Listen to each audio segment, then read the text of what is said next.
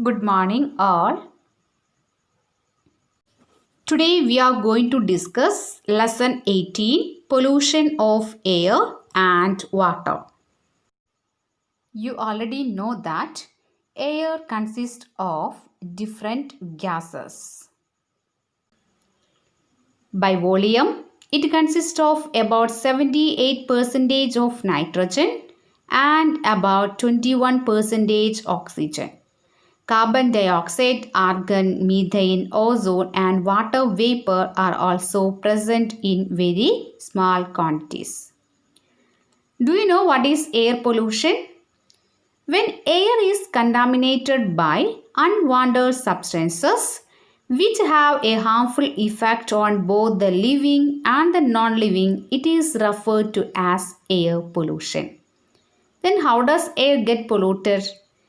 The substances which contaminate the air are called air pollutants. And air pollutants may come from the first one, natural resources. Smoke and dust arising from natural resources like forest fire and volcanic eruptions are example for natural resources. And second one, human activities. And the sources are factories, power plants, automobile exhaust, burning of firewood and dung cake. And the next one, many respiratory problems are caused by air pollutions. Let us discuss the pollutants which are present in the polluted air. First one, carbon monoxide, second smoke, then sulfur dioxide, chlorofluorocarbon and other air pollutants. Now we can discuss about carbon monoxide. Actually, it is produced from incomplete burning of fuels such as petrol and diesel. It is a poisonous gas and it reduces the oxygen carrying capacity of blood. Vehicles produce high levels of pollutants like carbon monoxide, carbon dioxide, nitrogen oxides and smoke. Now let us discuss about smoke. Do you know what is smoke? It is a thick fog-like layer in the atmosphere, especially during winters, is called as smog. This is smoke made by smoke and fog. Smoke may contain oxides of nitrogen which combine with other air pollutants and fog to form smoke. And this smoke causes breathing difficulties such as asthma, cough and wheezing in children.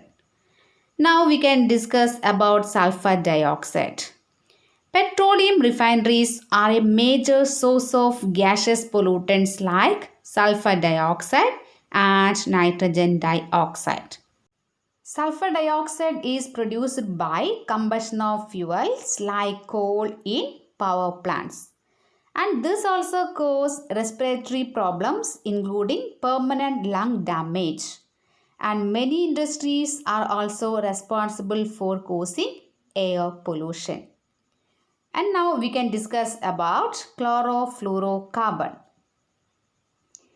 Chlorofluorocarbons are the pollutants which are used in refrigerator, air conditioners and aerosol sprays. And this damage the ozone layer of the atmosphere. The ozone layer protects us from harmful ultraviolet rays of the sun.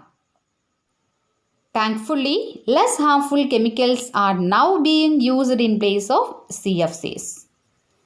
Then automobiles which burn diesel and petrol produce tiny particles which remain suspended in air for long periods.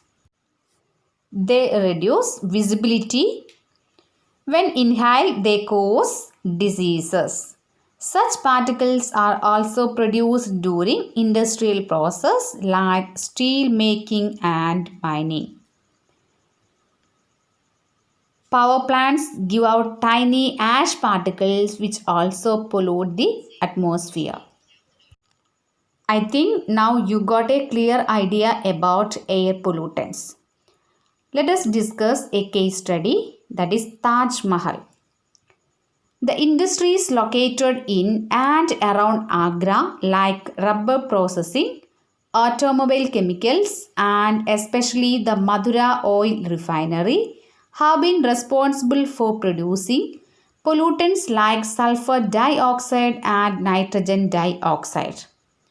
And these gases react with the water vapors present in the atmosphere to form sulfuric acid and nitric acid. I think we have already studied this one as acid rain, isn't it? Yes, we already studied that acid rain. The rain contains excess amount of acid, that is acid rain. So this acid rain corrodes the marble of the monument and this phenomenon is known as marble cancer. The soot particles emitted by Madura oil refinery has contributed towards the yellowing of the marble. The Supreme Court has taken several steps to save the Taj. It has ordered industries to switch to cleaner fuels like CNG and LPG. Let us discuss more about the effect of air pollution in our coming classes. So read the textbook well and underline the important points. Thank you all.